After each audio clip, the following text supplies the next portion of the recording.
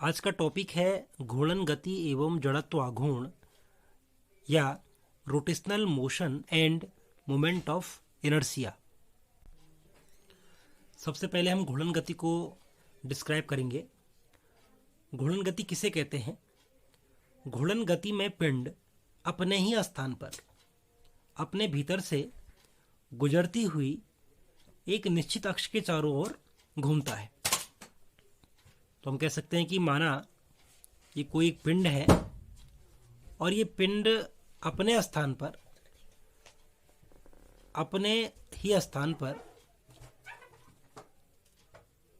अपने भीतर से गुजरती हुई अक्ष के चारों ओर घूम रहा है। तो जैसे कि आपने दैनिक जीवन में देखा ही होगा कि कोई लट्टू अपने स्थान पर घूमता है या पृथ्वी भी दो प्रकार की गति करती है, घूर्णन गति उसमें होती है, तो अपने अक्ष के चारों तरफ अपने अक्ष पर ही घूमती रहती है। जैसे ये पेन है तो ये अपने अक्ष पर घूम रहा है, इसे हम कह सकते हैं घूर्णन गति। पिंड जिस अक्ष के चारों ओर घूमता है उसे घूर्णन अक्ष कहते हैं। तो जो ये अक्ष है इसको हम कह सकते हैं घूर्णन अक्ष, एक्सिस ऑफ रोटेशन। अब देखिए, किसी वस्तु या पिंड में बहुत सारे कण होते हैं जो कि इस घूर्णन गति में वृत्ति गति करते हैं। और महत्वपूर्ण बात यह है कि जो कण इस अक्ष पर स्थित होते हैं वे कण स्थिर होते हैं। अब हम घूर्णन करते हुए किसी पिंड की कोणीय वेग तथा रेखीय वेग में अंतर को समझते हैं। जैसा कि चित्र में दिखाया गया है कि यह एक दृढ़ पिंड है जो कि किसी अक्ष के चारों ओर घूर्णन गति कर रहा है और यहाँ पर बहुत सारे कण, इस पिंड के बहुत सारे कण हैं जिनकी घूर्णन अक्ष से दूरी इस प्रकार से हम दिखा सकते हैं। मानिए दूरी R1 है, R2, R3, R4, R5। तो 5 कण हमने ले लिए जिनकी दूरियां क्रमशः इस प्रकार से दिखा रखी है। अब हम जानते हैं कि घूर्णन गति में कोणीय वेग और रेखीय वेग में क्या संबंध होता है। तो हमें पता है v = r ओमेगा। ये हम इससे पहले वृत्तीय गति में पढ़ चुके हैं कि कोणीय वेग और रेखीय वेग में संबंध v = r ओमेगा। यहाँ पर इंपॉर्टेंट ये है कि जब पिंड घूर्णन गति करता है तो प्रत्येक कण का जो कोणीय वेग होता है वो समान होता है। तो हम ये समझ सकते हैं कि यहाँ पर जो कोणीय वेग होगा, यदि इसका कोणीय वेग ओमेगा है तो प्रत्येक कण का कोणीय वेग ओमेगा ही होगा, चाहे वो कितनी भी दूरी पर स्थित क्यों न हो। लेकिन प्रत्येक कण का रेखीय वेग अलग अलग होगा। क्यों होगा? क्योंकि v = क्या, r ओमेगा है। v निर्भर किस पे कर रहा है? r पर कर रहा है। r अर्थात घूर्णन अक्ष से उस कण की दूरी। अब जैसे यहाँ पे दो कण हैं, ये कण नंबर 1 और कण नंबर 2, दो कण हैं, इनकी दूरियां घूर्णन अक्ष से अलग अलग हैं। इसकी दूरी कम, इसकी दूरी ज़्यादा है और इसकी दूरी ज़्यादा है। तो हम कह सकते हैं कि R3 is greater than R2 is greater than R1। उनकी दूरियां अलग अलग है। तो जब दूरी अलग अलग है तो वेलोसिटी भी क्या हो जाएगी? अलग अलग हो जाएगी। यानी कि V3 is greater than V2 is greater than V1। अर्थात पहले कण का रेखीय वेग कम होगा, दूसरे का थोड़ा ज़्यादा होगा, तीसरे का सबसे अधिक होगा। तो बहुत महत्वपूर्ण कॉन्सेप्ट है कि रेखीय वेग अलग अलग कणों का अलग अलग होता है और वह घूर्णन अक्ष से उस कण की दूरी पर निर्भर करता है, जबकि कोणीय वेग सभी कणों का एक समान होता है। अगला टॉपिक है बल का आघूर्ण अथवा बलाघूर्ण। बलाघूर्ण को समझने के लिए हम दो प्रकार की गति में तुलना करते हैं। पहली है स्थानांतरी गति। स्थानांतरी गति या सरल रेखीय गति के अंतर्गत यह एक पिंड है और इस पिंड पर हम एक बाह्य बल लगा रहे हैं और बाह्य बल लगाने के पश्चात इसमें गति होती है या विस्थापन होता है। बल को हम इसके किसी भी बिंदु पर यदि लगाते हैं तो हमें उतना ही कार्य प्राप्त होता है। हमने चाहे इस बिंदु पे लगाया, चाहे इस पे लगाया, इस पे लगाया, कहीं पर भी हम बल लगाते हैं तो एक विस्थापन वस्तु विस्थापित होती है और विस्थापन के पश्चात हमें कार्य प्राप्त होता है और कार्य समान परिमाण में हमें प्राप्त होता है। लेकिन यदि हम एक दरवाजे को देखें, एक दरवाज़ा है और ये दरवाज़ा किसी घूर्णन अक्ष से बना हुआ है और हम इस पे क्या करते हैं कि बल लगाते हैं, तो हम देखिए बल को लगाने के हमने कुछ बिंदु बना दिए हैं। एक बिंदु इसी पे जो दरवाजे के अक्ष से बिल्कुल जुड़ा है, 1 2 3 4 और 5।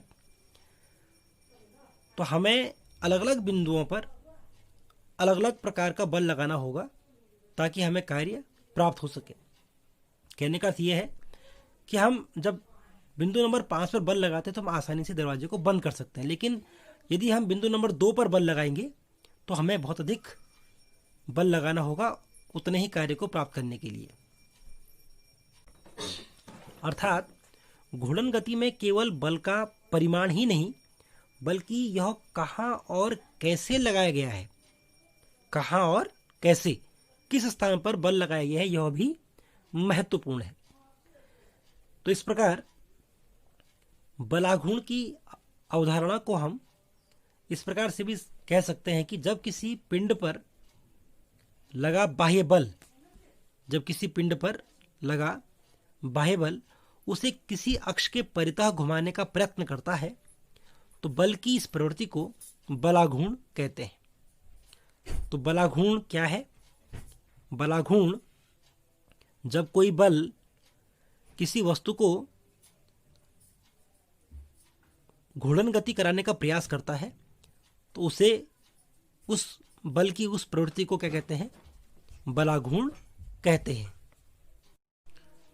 अगला टॉपिक है एकल कण की समतलीय घूर्णन गति तथा बल आघूर्ण। माना एक कण किसी बिंदु P पर स्थित है और यहाँ पर हमने XZ प्लेन को लिया हुआ है। कण की मूल बिंदु से जो दूरी है वो R सदिश है। मान लो कि एक बल F कण P पे लगाया जाता है। हमने इस पर एक बल लगाया और बल की दिशा इस ओर है तो इसको हम लिख सकते हैं F वेक्टर। ये इसका पोजीशन वेक्टर है R वेक्टर और ये इस पर बल लगाया जा रहा है, बल की दिशा इस ओर है। तो कण एक घूर्णन गति करेगा उसका बलाघूर्ण कितना होगा? देखिए बलाघूर्ण क्या है? बलाघूर्ण बल द्वारा उत्पन्न किया गया एक प्रयास है, बल के द्वारा उत्पन्न किया गया एक प्रयास है जो कि कण को घूर्णन गति कराता है। तो जब बलाघूर्ण उत्पन्न होगा तो कण क्या करेगा? घूर्णन गति करेगा, न कि रेखीय गति करेगा। अब इस पर कुल कितना बलाघूर्ण होगा इसको हम लिख सकते हैं torque is equal to R cross F। इसको हम टॉर्क भी कहते हैं। तो torque is equal to R cross F। R क्या है? स्थिति सदिश है और F क्या है? बल है। तो यदि हम इसके परिमाण को लिखें तो परिमाण को इस प्रकार से लिख सकते हैं कि torque is equal to R F sine theta. R F sine theta इसको लिख सकते हैं। यहाँ पे R क्या है? स्थिति सदिश का परिमाण है, F बल का परिमाण है और थीटा क्या है?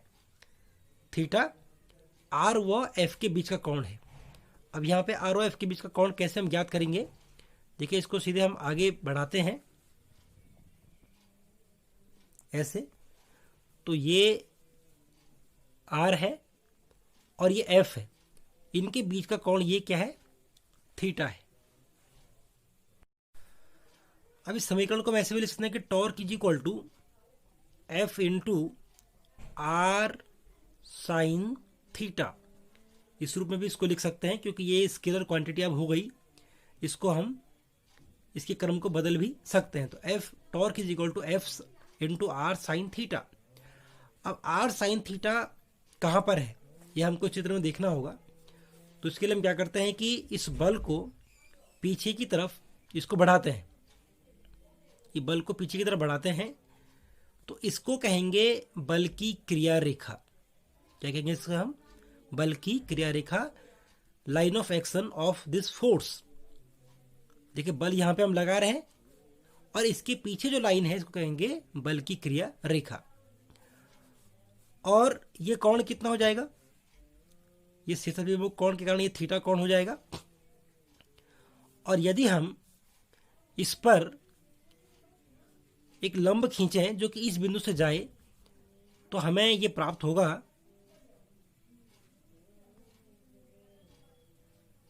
इस प्रकार से एक लाइन प्राप्त होगी और ये कोण हमें समकोण प्राप्त होगा। तो हमने क्या करना है, इस बल पर एक क्रिया रेखा खींचनी है। उसके बाद हमने वह बिंदु लेना है जो कि इससे जाए, एक रेखा इससे जाए और वो कोण कितने का बने? 90 अंश का बने। तो इस प्रकार 90 अंश का हो गया। अब इस त्रिभुज में देखिए, अगर इसको हम n बिंदु माने तो इस त्रिभुज में हम देख सकते हैं कि r साइन थीटा किसे कहेंगे? यदि ये इसका मान, इसका जो परिमाण है वो r है, तो जो ये ON भुजा होगी इसको हम लिख सकते हैं r साइन थीटा। इसको लिख सकते हैं r साइन थीटा। तो हम कह सकते हैं कि चूंकि R sine theta is equal to क्या है? ON, और इसको हम कह सकते हैं कि O से बल F की क्रिया रेखा की लंबवत दूरी। देखिए, ये बल की क्रिया रेखा है और O से यदि हम क्रिया रेखा पर एक लंबवत दूरी लें तो वो क्या है? आर साइन थीटा है। तो ON क्या है? ON O से बल की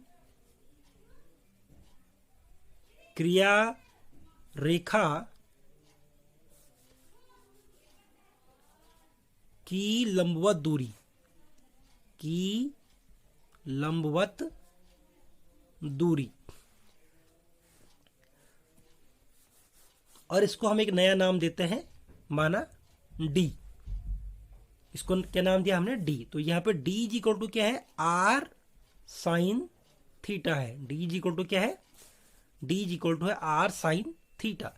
तो हम कह सकते हैं कि टॉर्क इज इक्वल टू क्या हो जाएगा? टॉर्क इज इक्वल टू हो जाएगा f इंटू डी। तो एक सूत्र हमें प्राप्त हुआ, torque is equal to f into D. तो टॉर्क क्या है? टॉर्क बराबर हो गया बल गुणा गया बल की क्रिया रेखा की घूर्णन अक्ष से लंबवत दूरी। तो torque is equal to F into D. तो हमें ये सूत्र इस प्रकार से लेना है। सबसे पहले हम लिखेंगे टॉर्क इज इक्वल टू क्या हो जाएगा? R cross F. इस प्रकार से लिखते हैं इसको, torque is equal to R cross F. और यदि इसका परिमाण लिखें तो टॉर्क इज इक्वल टू क्या लिखते हैं? R F sine theta. और उसके बाद torque is equal to F into R sine theta. और आर साइन थीटा क्या चीज है? आर साइन थीटा को हम लिखते हैं स्मॉल डी, या torque is equal to F into D. तो डी क्या है? बल की क्रिया रेखा की घूर्णन अक्ष से लंबवत दूरी है। यह हमें याद रखना है। ये दूरी ये नहीं है, ये केंद्र से उस पॉइंट की दूरी नहीं है, बल्कि क्या है, बल्कि जो क्रिया रेखा है उसकी घूर्णन अक्ष से लंबवत दूरी को हम r sin थीटा या d कह रहे हैं। तो इस प्रकार से हमें टॉर्क या बलाघूर्ण का सूत्र प्राप्त हुआ, torque is equal to F into D या F r sin थीटा।